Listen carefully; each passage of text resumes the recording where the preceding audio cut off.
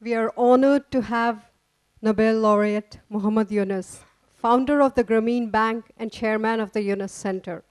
The Yunus Center is a one-stop resource center for global activities such as microcredit, healthcare, and environment. Professor Yunus is the recipient of numerous national and international awards for his ideas and endeavors, including the Nobel Peace Prize in 2006. He is a member of the board of the United Nations Foundation. I welcome and invite our chief guest, Nobel laureate Muhammed Yunus, to deliver the presidential address.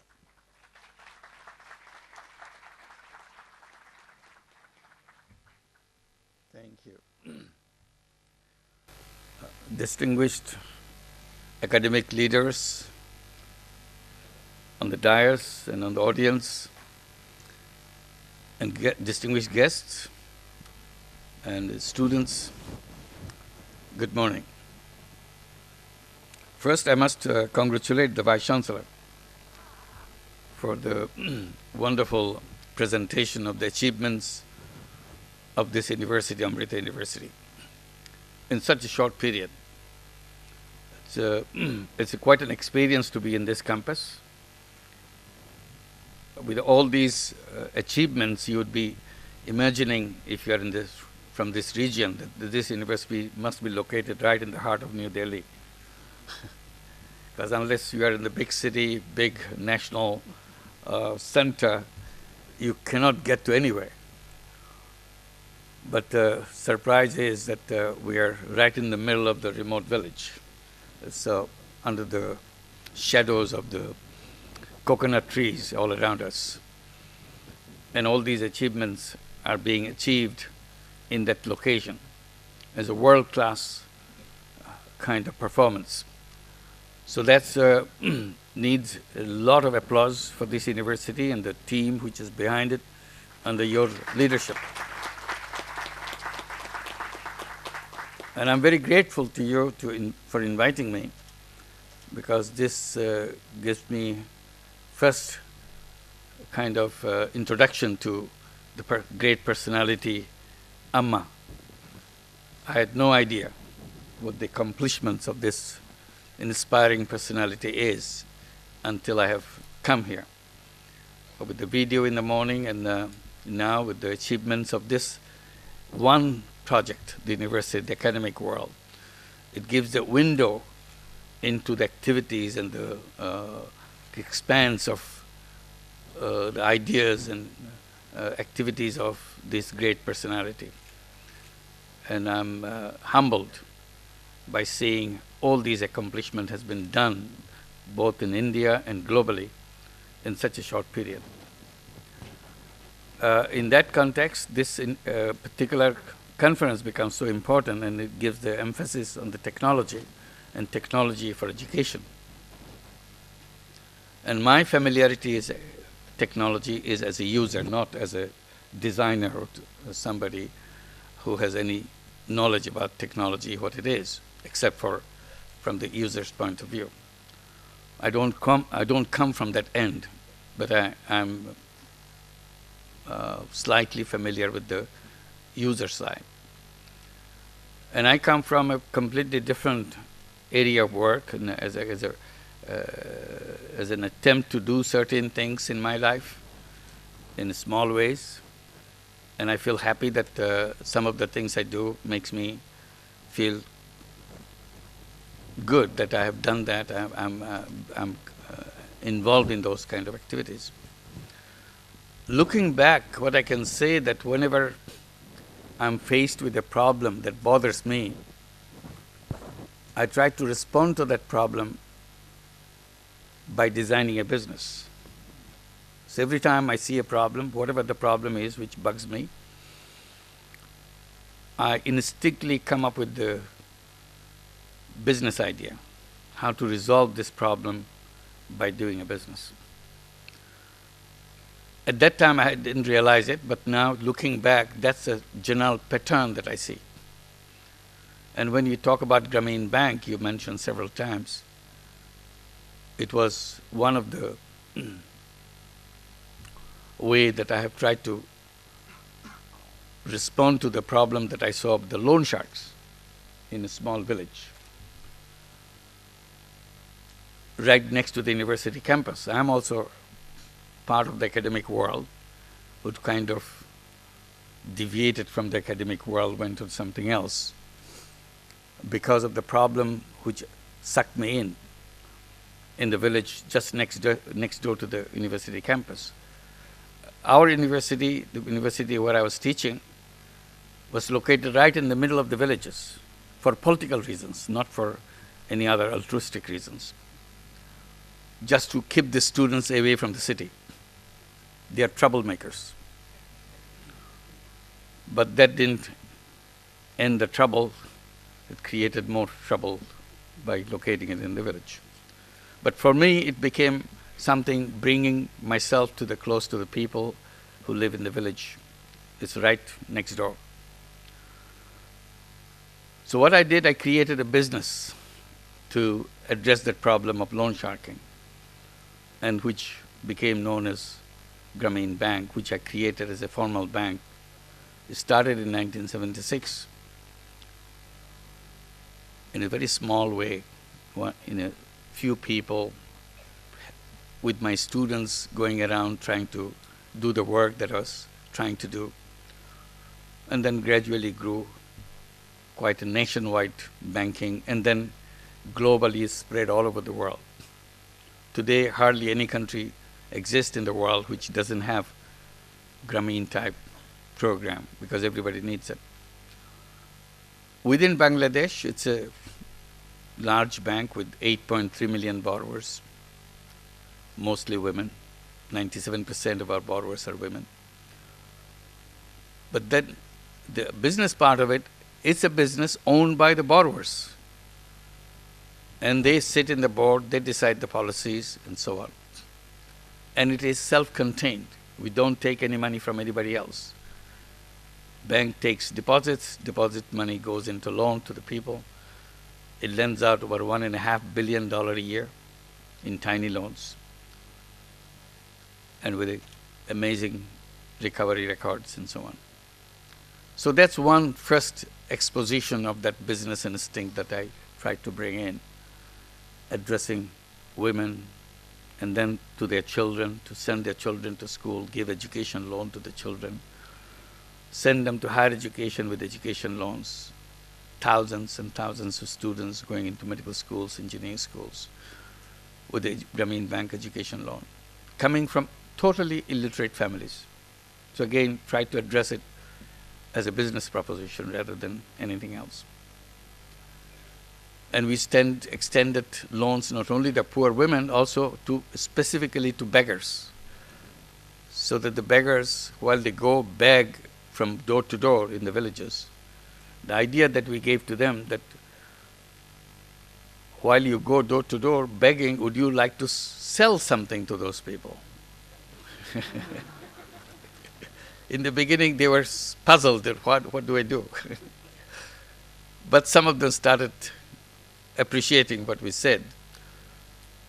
Then we made it sound very simple. We said, well, it's no big deal. You are going there anyway, so it's not extra work. And if you need money, we'll give you the money. As a loan, you have to pay us back.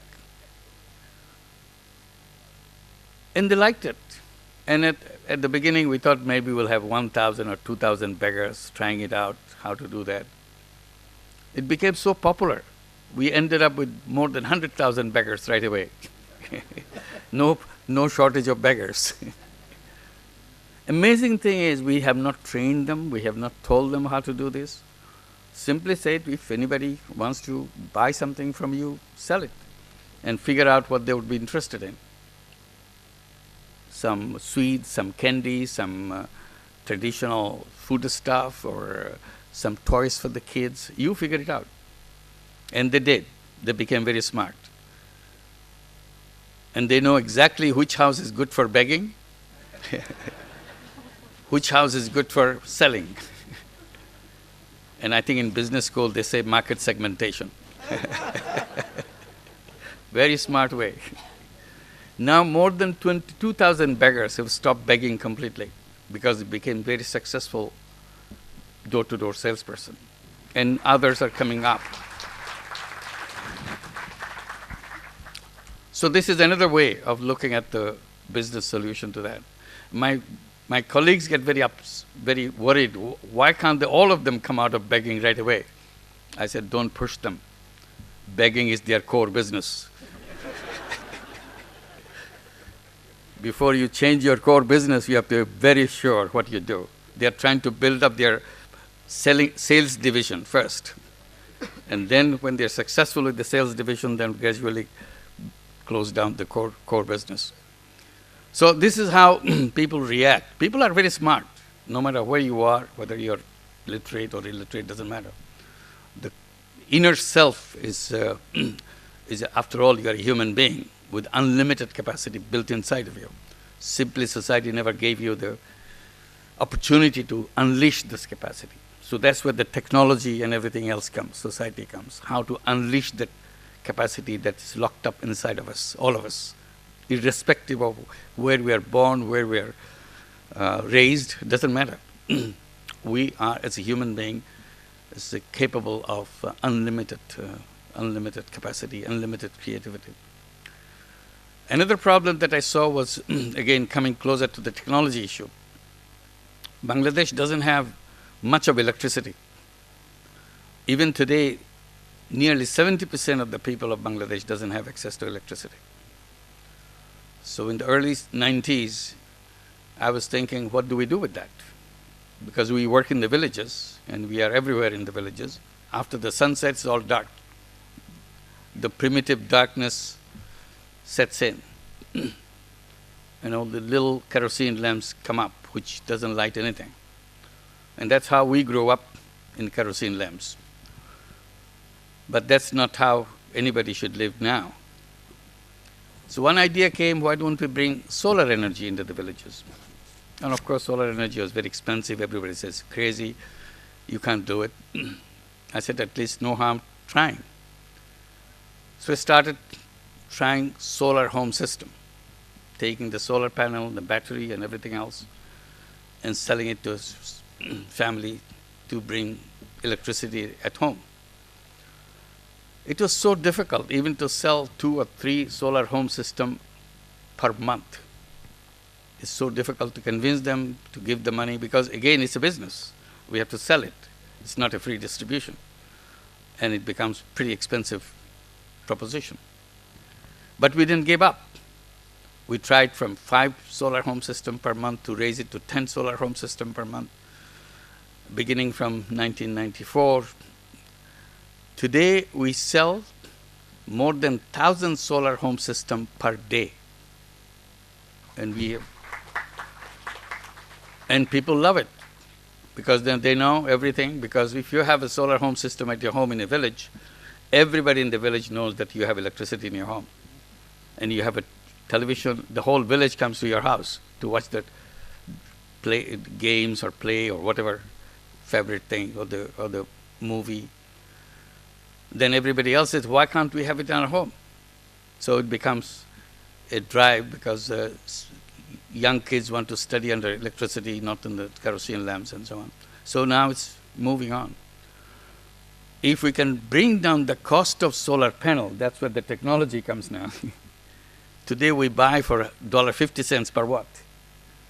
If you can make it 50 cents per watt, I can guarantee you whole Bangladesh will be on solar home system. There's no problem. Because it makes so much sense.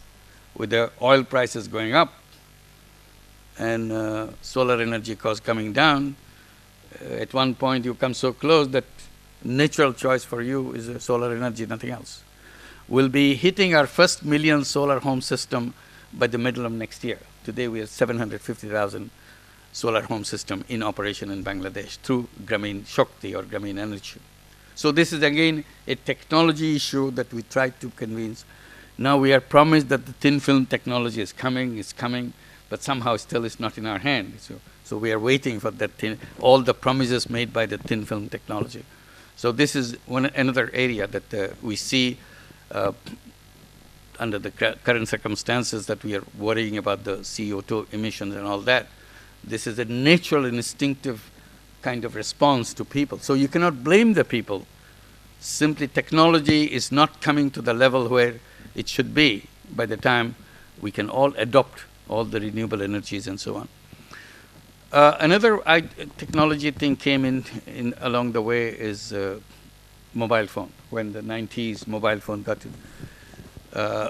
introduced, government of Bangladesh wanted to deregulate telephone industry, as in many countries. At that time, in 1996, when it was deregularized and the open invitations were given for licenses to private sector, there's only 500,000 telephones in the whole of Bangladesh. Most of them didn't work. And we thought, why don't we go for mobile phones? Because I was a big enthusiast of technology, and I was very enthusiastic about the information technology, computers and everything, internet. And now the mobile phone. I thought mobile phone is something which will change the future completely. So I thought we should get involved with this. In a way, it makes a different kind of perspective rather than the traditional telephone that we have in Bangladesh or anywhere else. So we applied. One of the propositions that we made in our application that if you are given license, we'll bring the telephone in the villages, which was quite a shocking thing for telephone people to understand. Why do you want to take telephone in the villages? Who wants it? Then, most shocking part of it was that in our proposal we said, once we bring it to the village, we'll give this telephone in the hands of the poor women. This is something unbelievable for them. Why do you want to give it to poor women? Who is she going to call? I said, she's not going to call anybody. Everybody else will call. And she will make money. And this will be her new business. Everybody thought it's a stupid idea. It will never fly. We got the license. We set up the whole infrastructure in 97 and launched it in 97. And today, in 2011, Bangladesh has 6 operators in telephones. Grameen Phone, which is our part of the telephone business, has more than 50% market share. Bangladesh has 160 million people. There are more than 70,000 telephone subscribers. Only a period of 1997 to 2011. The transformation that has taken place is unbelievable. And women are the one who led the way because they became known as telephone ladies of the village. Because if you want to make a phone call, you have to find a telephone lady because she is the first one to get the telephone. So everybody has to go there. And then it excited others, why don't we have a telephone? And now it's all over the country. And it's still growing. In the middle of the 90s, one of the issues that I've been raising at the technology side, I said, technology should make things simple for people. So simple, soon technology should come up with the Aladdin's lamp.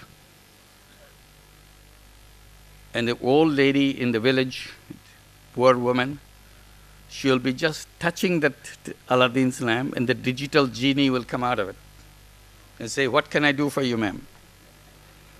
And of course, she will tell the genie that she needs work, she needs to sell her stuff, she needs health care or whatever she needs. And the genie will say, it will be done in a second. And it will be done. So I thought that's the direction the technology should go. Now I say, well, the Aladdin lamps is already here. Because you touch the smartphone screen and digital genie does wonderful things. Whatever you want them to do, all those icons, all those applications that you download for your smartphones. And it gets done. And if it gets done, it's done only for the purposes for which applications have been made. And who makes applications? Why do they make applications? That's the basic question.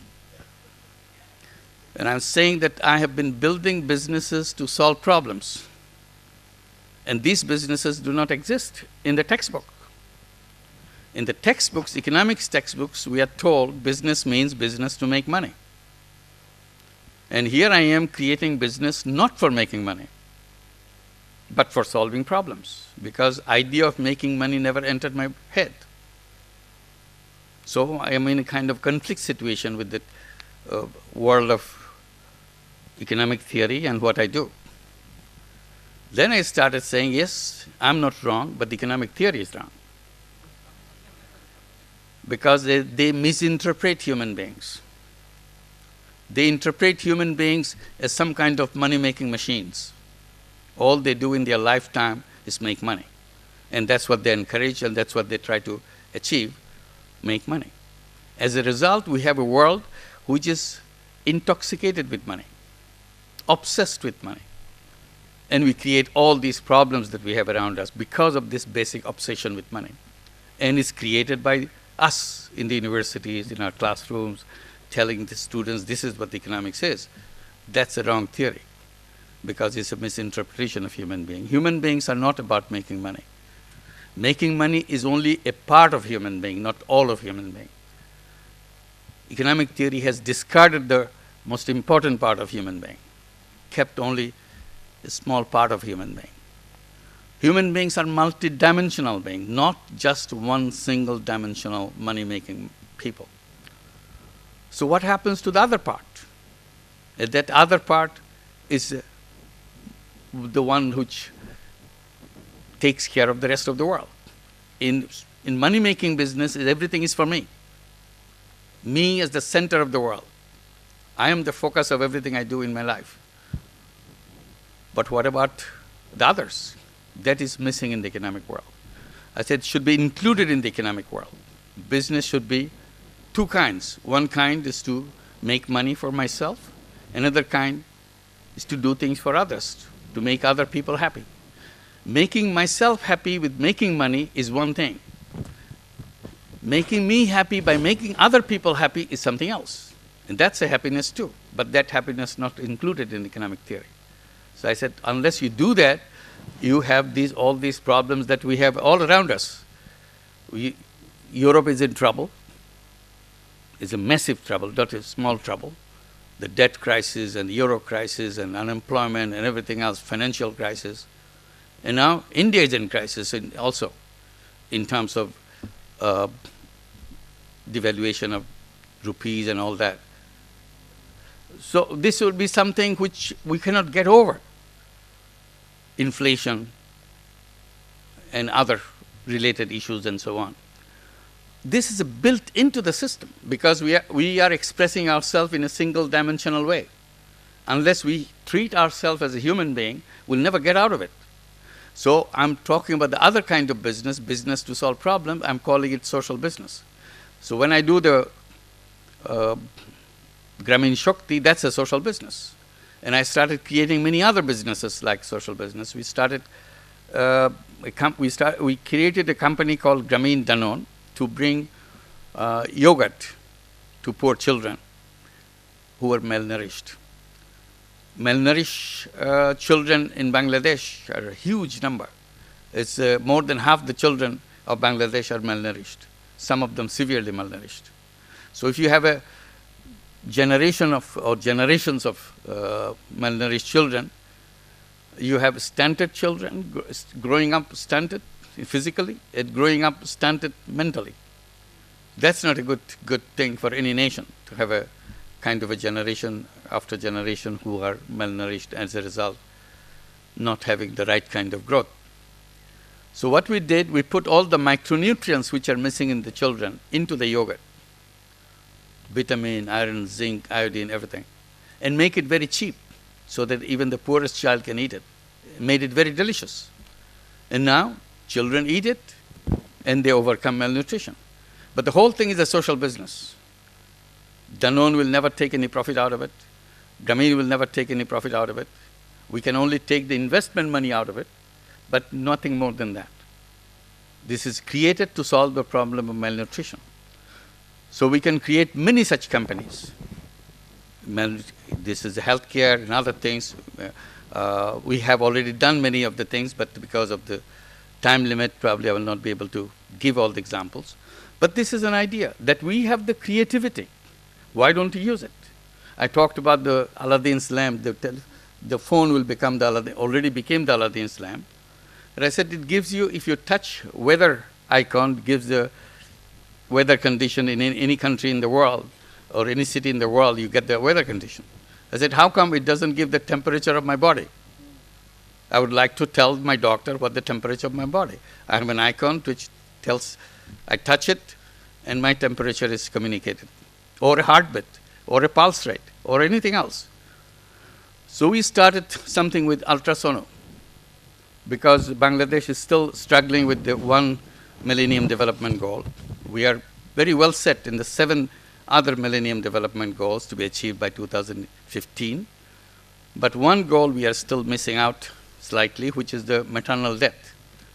So we want to focus on that. So I've been struggling to convince the diagnostic tool makers, why don't you make it very simple, ultrasound, so that girls can go around, take the images of the pregnant women and send it to the desk of the experts who are sitting in the city. They never come to the village.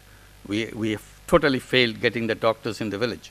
We give all the salary, all the privileges, but they take the salary, they take the privileges, but stay in cities, never come to the village. You are lucky that way your health system works here, but our system doesn't work. So we said, okay, we'll send you the images in the city. You tell us whether the pregnancy is a risky pregnancy or a safe pregnancy and other thing. So General Electric had cooperated with us, designed something like a tablet. I've been saying that, no, not a tablet. You have to put it in a mobile phone with an icon. I touch the icon, it becomes ultrasound. And I put the probe, and the girl takes the images and sends right there all the images back to the experts who will be talking to the mother that the child is safe, everything is okay, you take care of yourself, and so on and so forth. It's possible. Simply we don't do it. Why don't we do it? That's my question. My answer is, technology is like a vehicle. It's like a car. Car doesn't go any place by itself. It's the driver who takes the car wherever direction they want to go. So the problem is with the driver. Technology is a neutral thing. It carries orders from the drivers. So today, the driver of the technology is the money-making person. He wants to maximize his profit. So he takes his vehicle, whichever direction he sees the peak of the profit. So he takes the direction that way. If we can find the possibility of creating those social businesses, if a social business entrepreneur sits in the driver's seat, he will solve all the problem. Because technology will take you to solve the health problem, solve the education problem, to solve the employment problem, everything else. Why should an able-bodied human being remain unemployed? Have we ever thought about that? With all the unlimited capacity inside the person, remain totally unutilized, and we call him unemployed and walk away from that? What kind of civilization we have? When even in Europe, their unemployment rate is so high, half the young people in Spain are unemployed. What a shame to civilization. I think this civilization is coming to an end.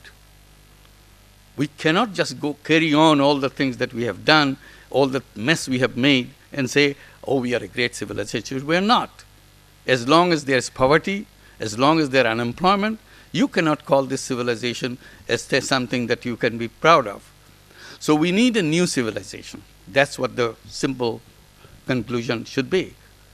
And the young people of this generation are the one who will create this new civilization.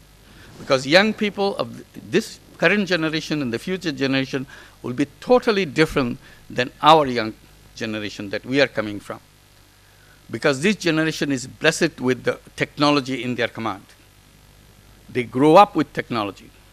Today's young person is communicating around the world in 1,000 times a day or whatever, text messages or Facebooks or whatever you, Twitters, whatever you can do. It gives you enormous capacity to address issues and so on. But our education system is still doing the old stuff. I think that old stuff has to go, because the creativity is the center of the whole thing. Young people are filled with those creativity. The education system would be to unleash this creative power of the young generation. And the technology will be serving that purpose. How to create technology so that that creativity comes out. And if you have the creativity, you can create enormous varieties of social businesses to solve all the problems that we see around us. That's not a big deal.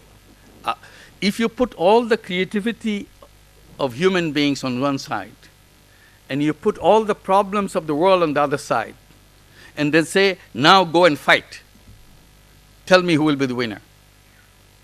Of course, human creativity will be the winner. In front of the enormity of the human creativity, all the problems that we see in the world is nothing. Simply our creativity did not flow in that direction. Our creativity is bought off by the businesses to make money. So we serve them, not the causes of the people. So how to unleash that? This will not diminish the creativity if we unleash that creativity in solving problem. Rather, it will enhance the creative power of everybody when you use it both ways, making money as well as solving problems. So that's what with the purpose of education, how to unleash that creativity. And we know how to do that because technology will help that. Our standard textbook kind of classroom, 1 year, 1 semester kind of packages, I don't think that's the future of education. Future of education is a boundaryless education. I decide what I want to learn, and I'll go there, no matter where it is. I'll find it, because I have the tool to find it. And I'll make myself fully equipped to do the things what I want to do in my life, not somebody else decided that I have to have a job and get the best job in the best company. This is decided by somebody else. That's not what I'm going to do. That's what the young people will be looking for. And we are waiting to see how to make that happen for the young people's life so that we can create that new civilization that we are waiting for. Thank you very much.